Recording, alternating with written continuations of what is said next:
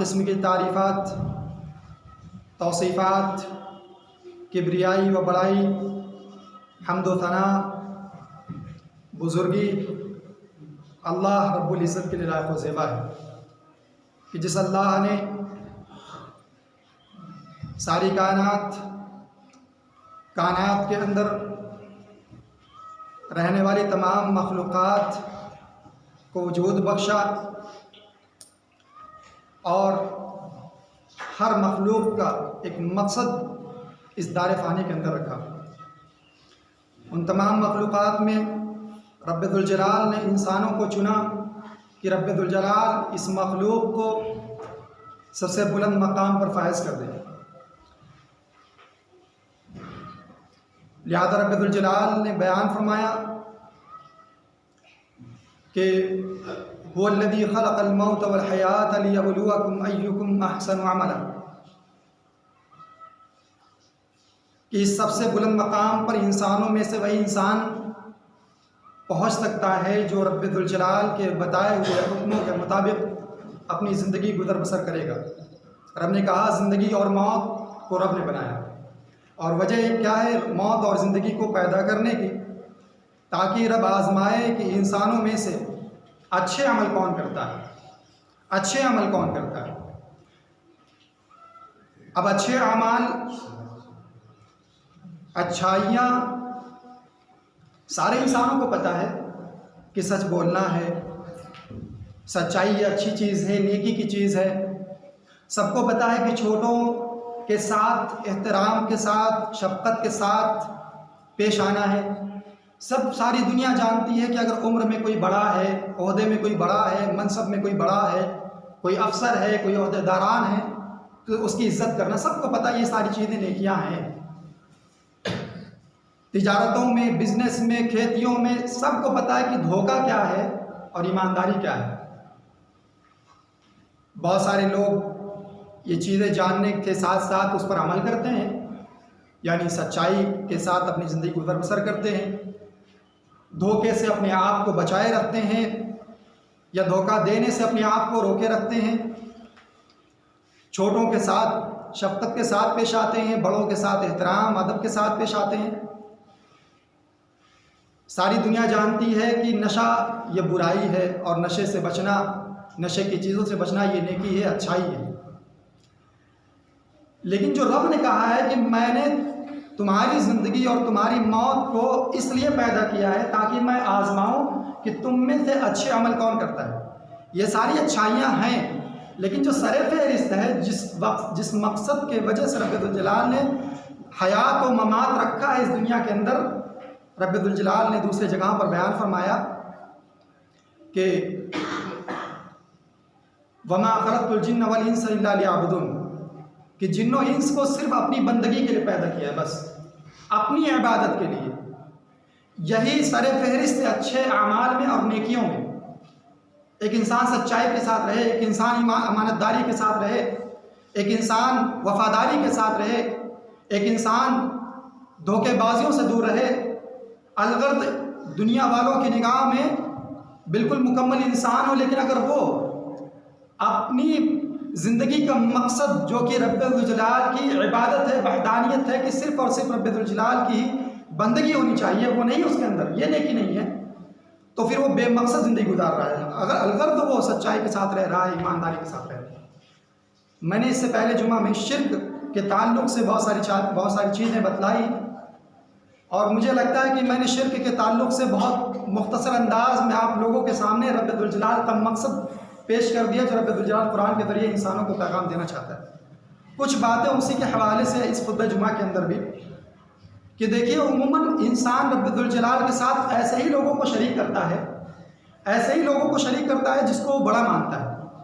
क्या हमने और आपने कभी ऐसे इंसानों को पाया कि जो गंदी चीज़ों को खुदा मानता हो, जो गलत इंसानों को, गलत अखलाक रखने वालों को रब्बे दुल जलाल के साथ शरीक करता हो, या उसे दुआएं मांगता हो, या उसके लिए नज़र न्याज चढ़ाता हो, या उसके लिए कुछ, या कोई भी किस्म इबादत की कोई ऐसे इंसान के लिए या कोई ऐसी चीज़ के लिए करता है जिसकी वो इज़्ज़त नहीं करता, जो उसकी निगाह में बड़ा ना हो। हमने आज तक जब से दुनिया बनी है और जब तक रहेगी, कुरान भी इसी बात की गवाही देता है कि लोगों ने जिनको रब ने बड़ा बनाया था, जिनको रब ने कहा था ये मेरे बड़े हैं, ये मेरे चहेते बंदे हैं, ये मेरे नेक बंदे हैं, मेरे परहेजगार बंदे हैं, लोगों ने उन्हीं को बड़ा जानकर रब्बुल जलाल के साथ शरीक कर दिया। जो चीज़ें रब्बुल जलाल के साथ होनी चाहिए खालिस तने तनहा, जिन बातों का हकदार वो था, वो सारी चीज़ें उठाकर इंसानों ने किसके साथ करने लग गए? अल्लाह के नेक बंदों के साथ, या जिनको लोगों ने बड़ा माना उसके साथ वो करने लग गए। कभी आप लोगों ने या हमने नहीं देखा होगा कि घटिया इंसान को कोई पूछता होगा, कभी नहीं देखा होगा। लोग हमेशा उसी की इबादत करते हैं, उसी के सामने अपना माथा टेकते हैं, या उसी के सामने गिर जाते हैं जिसको वो बड़ा जान रहा होगा या जिसको दुनिया बड़ा जान रही होगी। अल्लाह तबारक व तआला ने इसकी एक मिसाल दी कुरान के अंदर कि कैसे। आपको मैं बताऊं कि अल्लाह तबारक व तआला जब इंसानों को तो रब ने बड़ा बनाया ही, लेकिन फिर कहा कि इंसानों में बल्कि सारी मखलूक में सबसे ऊंचा मकाम अगर मैं किसी को देता हूं तो नबी बना देता हूं। रब किसी को सबसे ऊंचा मकाम अगर रब देता है किसी को, तो उसे रसूल और पैगंबर बना देता है, अपना पैगंबर बना देता है, जिसके पास जिब्राइल को भेजता है, गोया कि वो सारी मखलूकात में सबसे अफजल है। इसीलिए रब्बुल जलाल ने उसको चुन लिया अपना पैगंबर बनाने के लिए। तो बात ये वादे हो गई कि पूरी सारे इंसानों में, सारी मखलूक में अगर कोई सबसे ऊंचे मकाम पर है तो वो अंबिया हैं। आदम हैं, नूह अलैहिस्सलाम हैं, इब्राहिम अलैहिस्सलाम हैं, शीस अलैहिस्सलाम हैं, इदरीस अलैहिस्सलाम हैं, हारून अलैहिस्सलाम है, मूसा अलैहिस्सलाम है, ईसा अलैहिस्सलाम है, और हमारे जनाब मोहम्मद रसूलुल्लाह सल्लल्लाहु अलैहि वसल्लम है। इनके अलावा वो सारे पैगंबर भी जिनका नाम हमें नहीं पता है, वो पैगंबर भी सबसे अजीम है।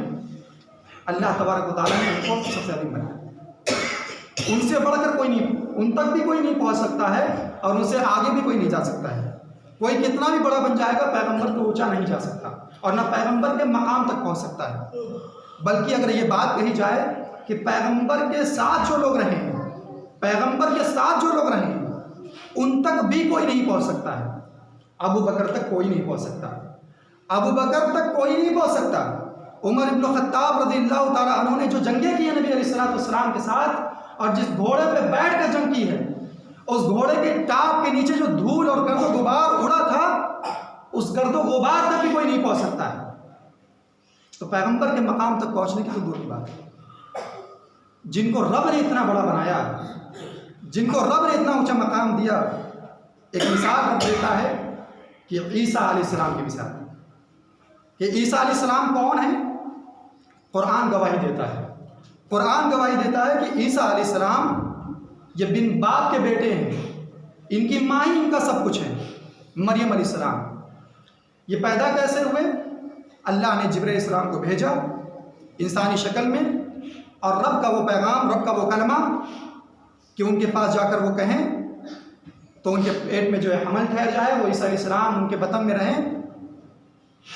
तो अल्लाह तबारक व तआला ने ईसा अलैहिस्सलाम को लफ्ज़ कुन से पैदा किया, अल्लाह ने अपने कलमे से पैदा किया। जैसे अल्लाह तआला ने आदम अलैहिस्सलाम को बिना किसी माँ और बाप के पैदा किया, वैसे ईसा अलैहिस्सलाम को बिना बाप के पैदा किया। उनकी माँ को किसी इंसान ने छुआ तक नहीं, सिर्फ लफ्ज़ कुन से रब ने कहा कि हो जा।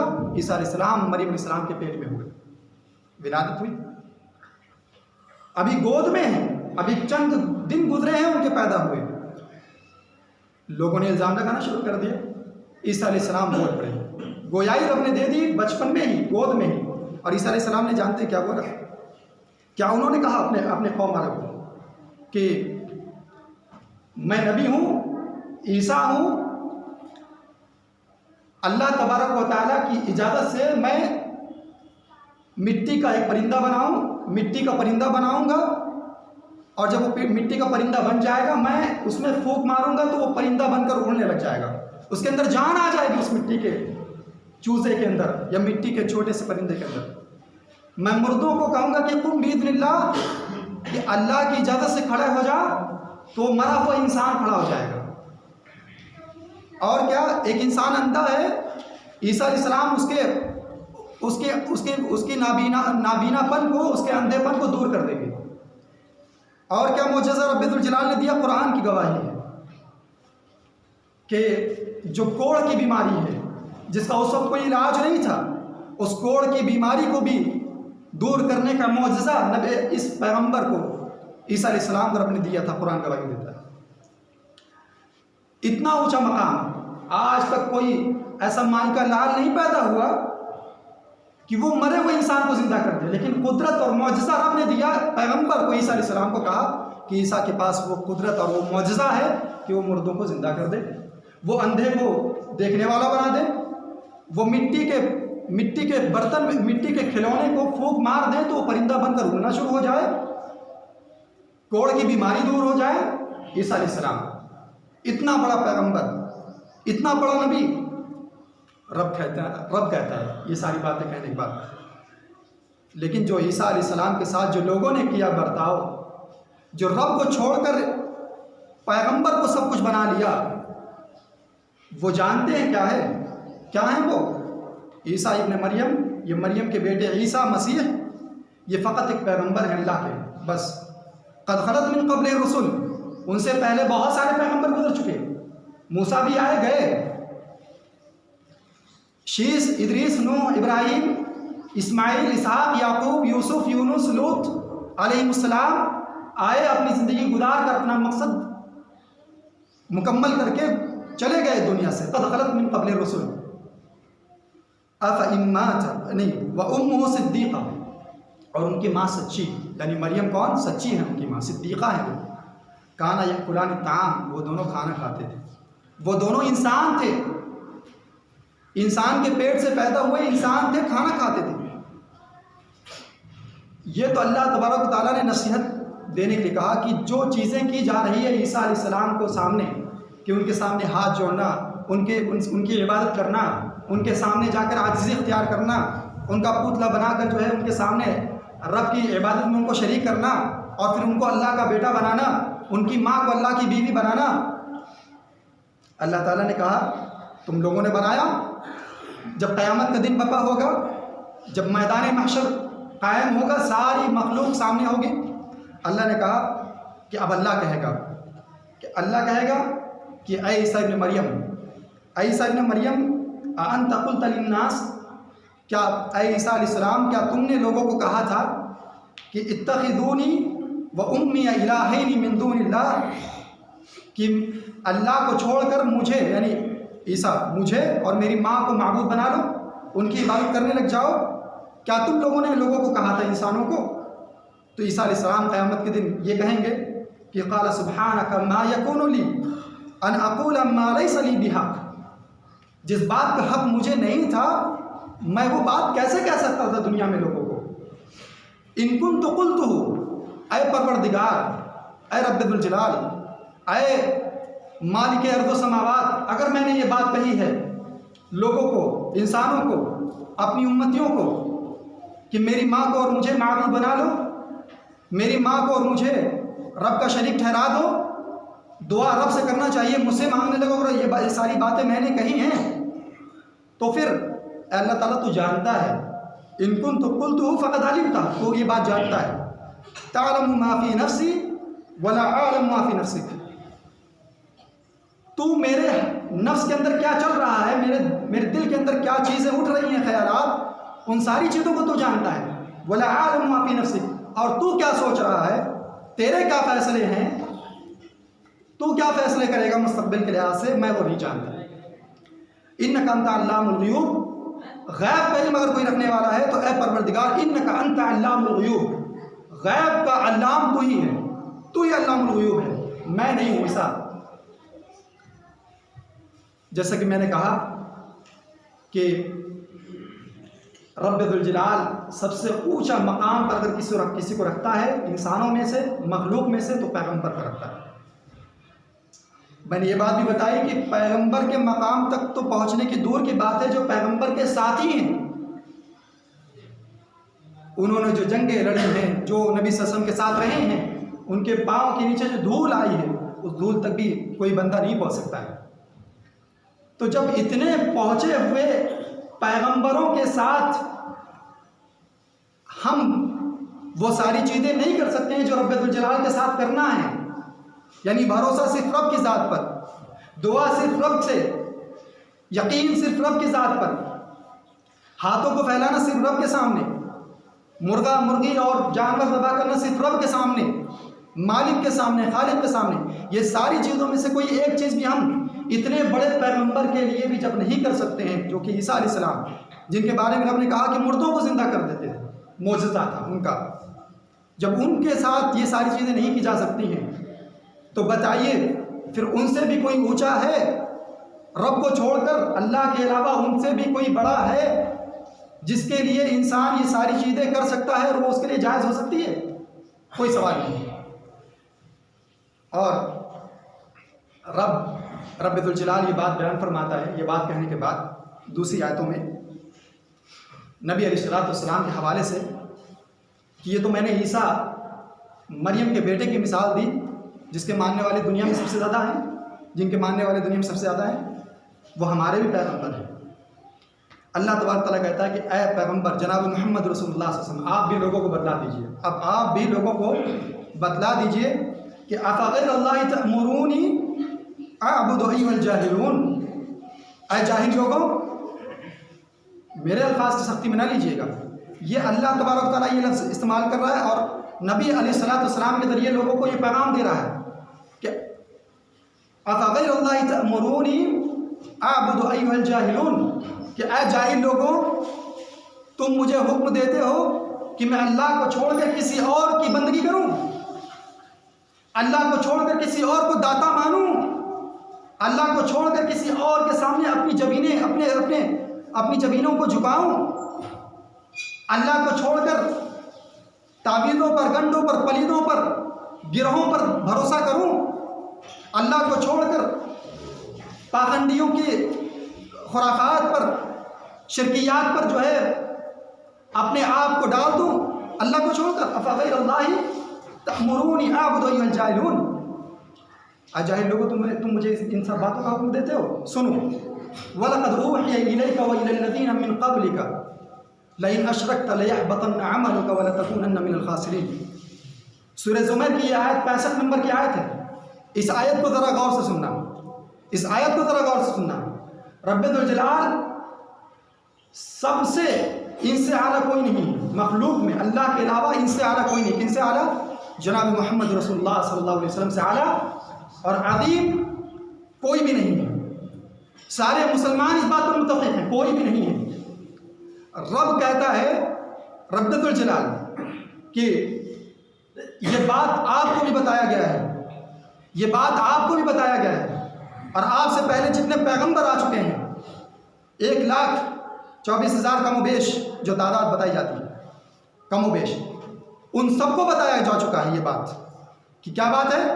लइन अशरकत लयहबतन्न अमलुक, अगर अपने खालिक के साथ, अपने मालिक के साथ, अपने परवरदिगार के साथ, अल्लाह के साथ शिर्क करोगे, ऐ जनाब मोहम्मद रसूलुल्लाह सल्लल्लाहु अलैहि वसल्लम, आप भी और वो पैगंबर भी अगर ये बात शिर्क करते हो और आप भी अगर शिर्क करोगे, लइन अशरकत लयहबतन्न, तो आपकी नबूवत भी छीन ली जाती, आपकी नबूवत भी छीन ली जाती, और सारी ज़िंदगी जो दिन और रात अल्लाह के सामने खड़े होकर आपने आंसू बहाए और आपका पैर जो फूल गया है रब की शुक्रगुजारी में, वो सारी की सारी चीज़ें ज़ाया कर दी जाती, बर्बाद कर दी जाती, और आपको, आपकी नबूवत छीन कर आपको बिल्कुल अथाह गहराइयों में गिरा दिया जाता।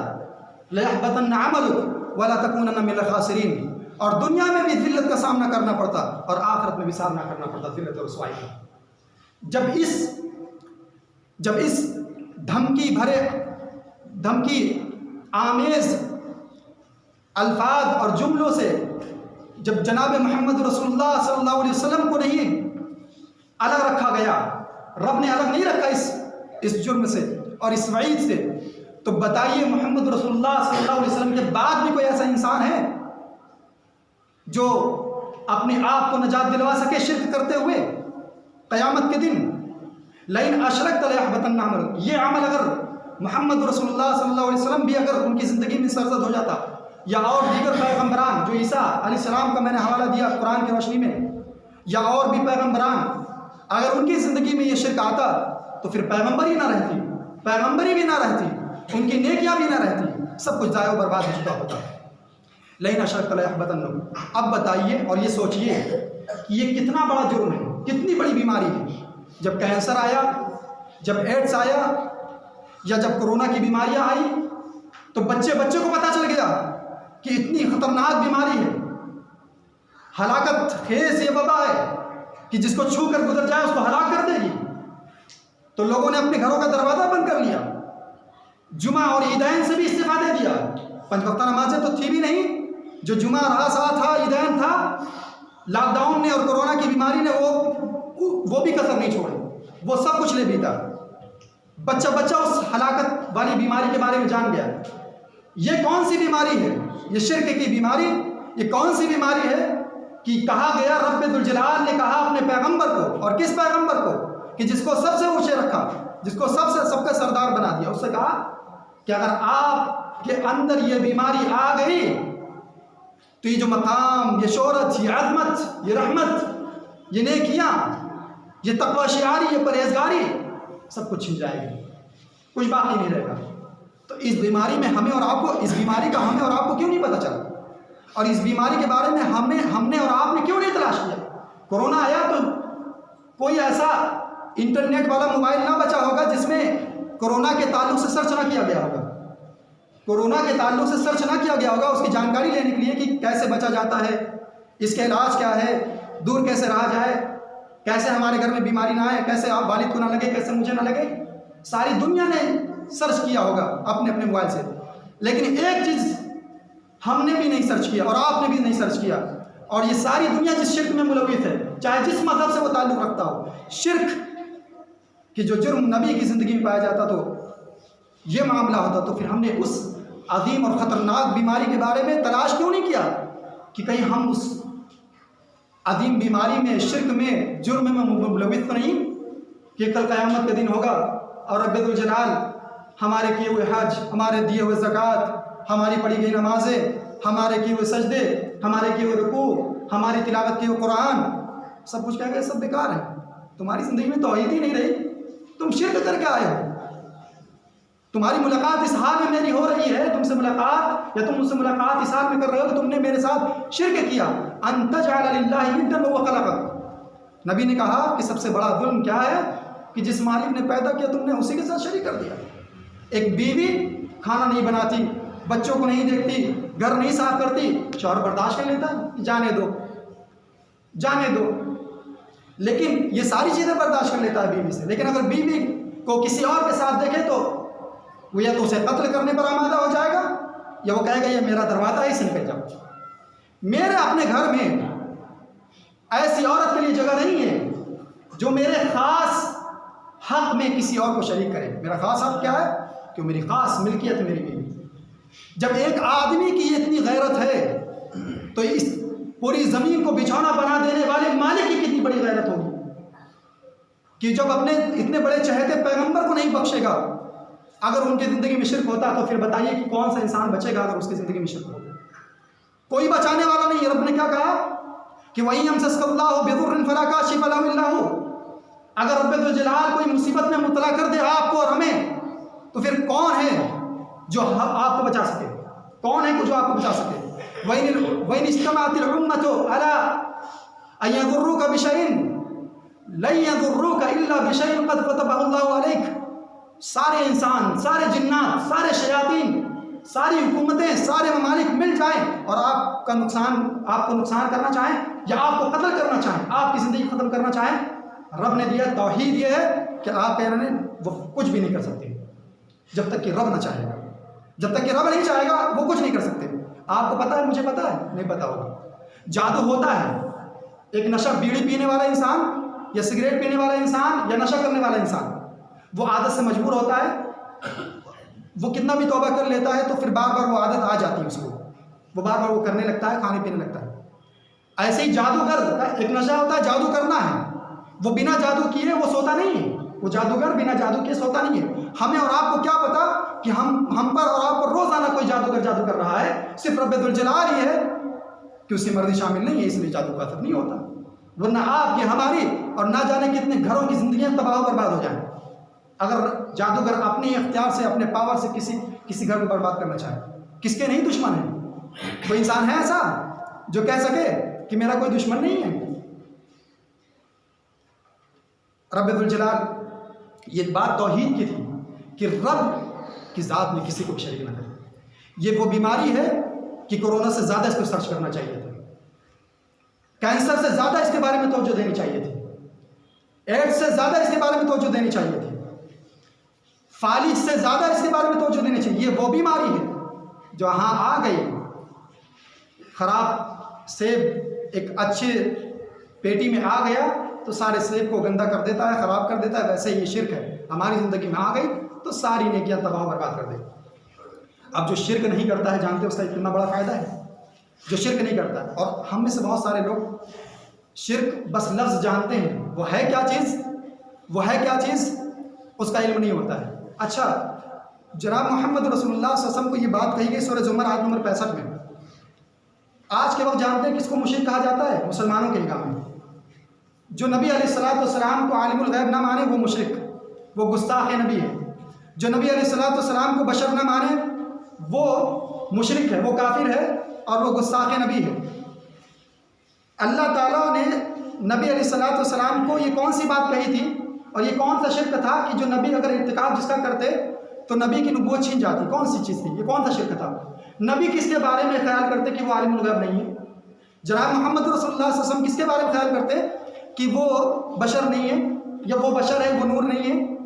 या वो किसके बारे में ख्याल करते कि वो जिंदा हैं, इंतकाल नहीं हुआ है? किसके बारे में वो ख्याल करते और मुशरिक हो जाते? किसके बारे में? अरे नबी सल्लल्लाहु अलैहि वसल्लम ही तो खुद सबसे ऊंचा मकाम रखते हैं। उन्हीं से ये कहा जा रहा है कि अगर आप शिर्क करोगे तो आपके सारे अमल दाए हो जाएंगे, बर्बाद हो जाएंगे। मतलब ये है कि शिर्क ये नहीं है जो बताया गया है कौम में कि उनको आलिमुल गैब नहीं मानोगे तो मुशरिक होगे, उनको नूर नहीं मानोगे तो बशर मानोगे तो मुशरिक होगे, उनको जो है जिंदा नहीं मानोगे तो मुशरिक होगे। ये शिर्क नहीं था, ये शिर्क नहीं था। अगर ये शिर्क होता तो फिर नबी सल्लल्लाहु अलैहि वसल्लम फिर किस चीज़ का इर्तिकाब करते, और इर्तिकाब करने के बाद और रब्बुल जलाल बेकार बातों की मिसालें नहीं देता है, बेकार बातों की जिसका कोई मकसद ना हो और जो चीज़ मुमकिन ना हो उसकी मिसाल नहीं देता। यानी नबी सल्लल्लाहु अलैहि वसल्लम खुद अपने बारे में जब ये ख्याल करने लग जाएं कि मैं नूर से बनाया गया हूँ, या मैं आलिमुल गैब हूँ, या मैं जो है हमेशा ज़िंदा रहूँगा और हमेशा जिस तरह रब जिंदा है, वो अपने बारे में जब ख्याल करेंगे तब मुशरिक हो जाए, ऐसा मामला नहीं। समझिए मसले की बारीकी को। जैसे कोरोना की चीज़ों को समझा लोगों ने, वैसे इससे उससे कई गुना ज़्यादा आपको और हमें इस बात को समझने की ज़रूरत है कि शिर्क कितनी अजीम और ख़तरनाक बीमारी है। तो ये मसले जो 3-4 मसले हैं लोगों को और ख़ास करके मुसलमानों को उलझा कर रखा गया है। उलझा कर क्यों रखा गया? कि जो ऐसा ख्याल करते हैं उनकी बातें मत सुनो, उनके करीब मत जाओ, वरना वहाबी बन जाओगे, वरना 24 बन जाओगे, वरना 25 बन जाओगे। नंबरिंग कर दी। किसने बताया भाई? रब के कुरान का पैगाम सुनो। अल्लाह ताला ने कहा अल्लाह के रसूल अलैहिस्सलातु वस्सलाम से कि अल्लाह ताला ने कहा कि ऐ इब्ने आदम इन्नका मा दअवतनी व रजौतनी, जब तक तुम मुझे पुकारता रहेगा, मुझसे उम्मीदें लगाए रहेगा, गफ़रतु लका ला मा काना फीका वला उबाली, तेरे चाहे जितने गुनाह होंगे मैं सबको माफ़ कर दूंगा।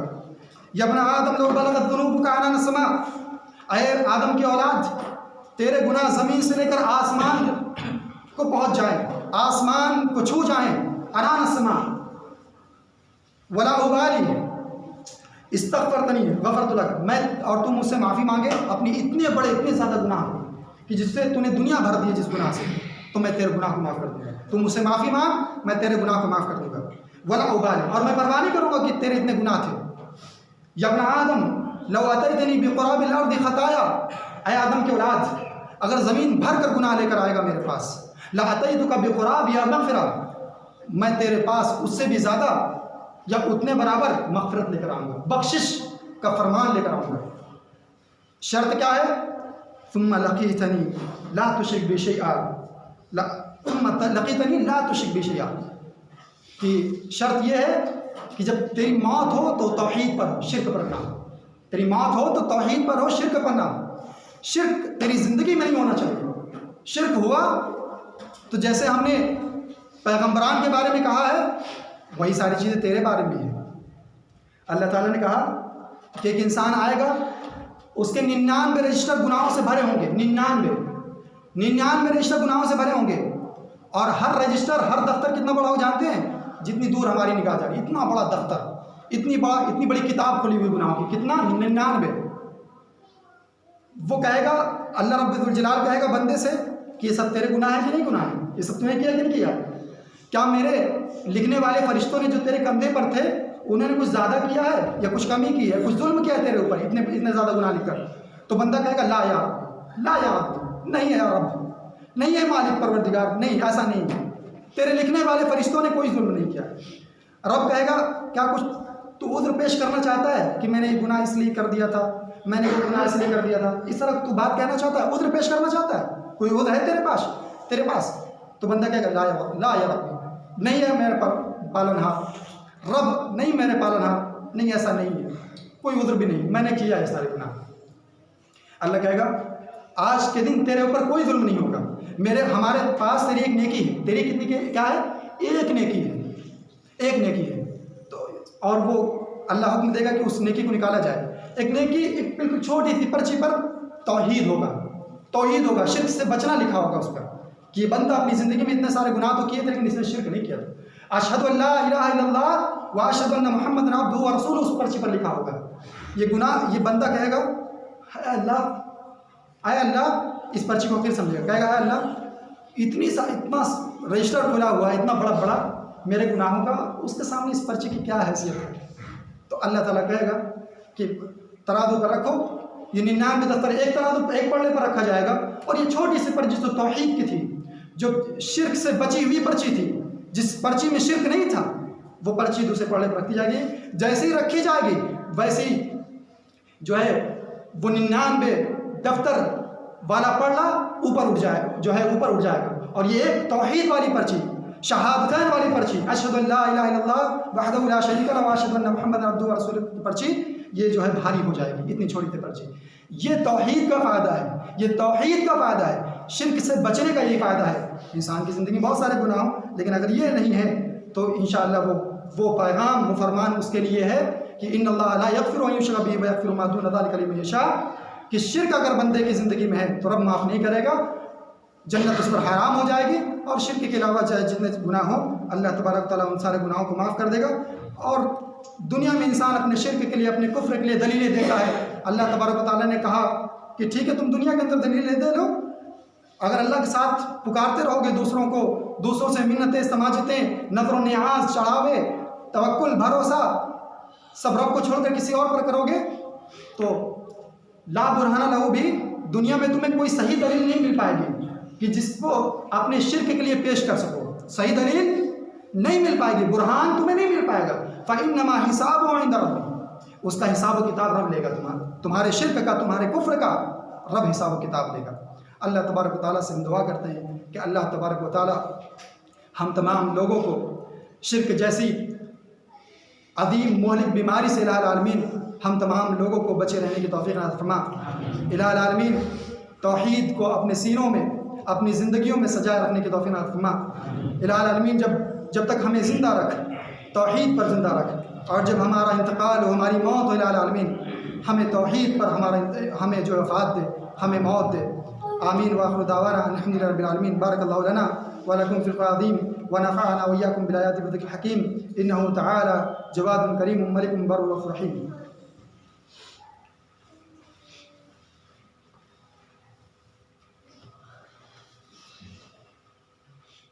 इन्नल हम्दुलिल्लाह नहमदुहु व नस्तईनुहु व नस्तगफिरुह व नऊज़ु बिल्लाहि मिन शुरूरि अंफुसिना व मिन सय्यिआति अअमालिना मन यहदिहिल्लाहु फला मुदिल्ल लहु व मन युद्लिल फला हादिय लहु व अशहदु अन ला इलाहा इल्लल्लाह वहदहु ला शरीका लहु व अशहदु अन्ना मुहम्मदन अब्दुहु व रसूलुहु। अम्मा बअद फ़इन्न खैरल हदीथि किताबुल्लाह व खैरल हदी हदी मुहम्मद सल्लल्लाहु अलैहि वसल्लम व शर्रिल उमूरि मुहदसातुहा व कुल्लु मुहदसतिन बिदअह व कुल्लु बिदअतिन ज़लालह व कुल्लु ज़लालतिन फिन्नार। अऊज़ु बिल्लाहि मिनश शैतानिर रजीम। बिस्मिल्लाहिर रहमानिर रहीम। इन्नल्लाह व मलाइकतहु युसल्लूना अलन नबी या अय्युहल्लज़ीना आमनू सल्लु अलैहि व सल्लिमू तस्लीमा। अल्लाहुम्मा अल्लाहुम्मा सल्लि अला मुहम्मद व अला आलि मुहम्मद कमा सल्लैता अला इब्राहीम व अला आलि इब्राहीम इन्नका हमीदुम मजीद। अल्लाहुम्मा बारिक अला मुहम्मद व अला आलि मुहम्मद कमा बारकता अला इब्राहीम व अला आलि इब्राहीम इन्नका हमीदुम मजीद। इबादल्लाह रहिमकुमुल्लाह, इन्नल्लाह यअमुरुकुम बिल अदलि वल इहसानि व ईताइ ज़िल कुर्बा व यनहा अनिल फ़हशाइ वल मुनकरि वल बग़य यईदुकुम लअल्लकुम तज़क्करून। उज़्कुरुल्लाह यज़्कुरुकुम वदऊहु यस्तजिब लकुम व लज़िक्रुल्लाहि तआला अकबर। वल्लाहु यअलमु मा तस्नऊन।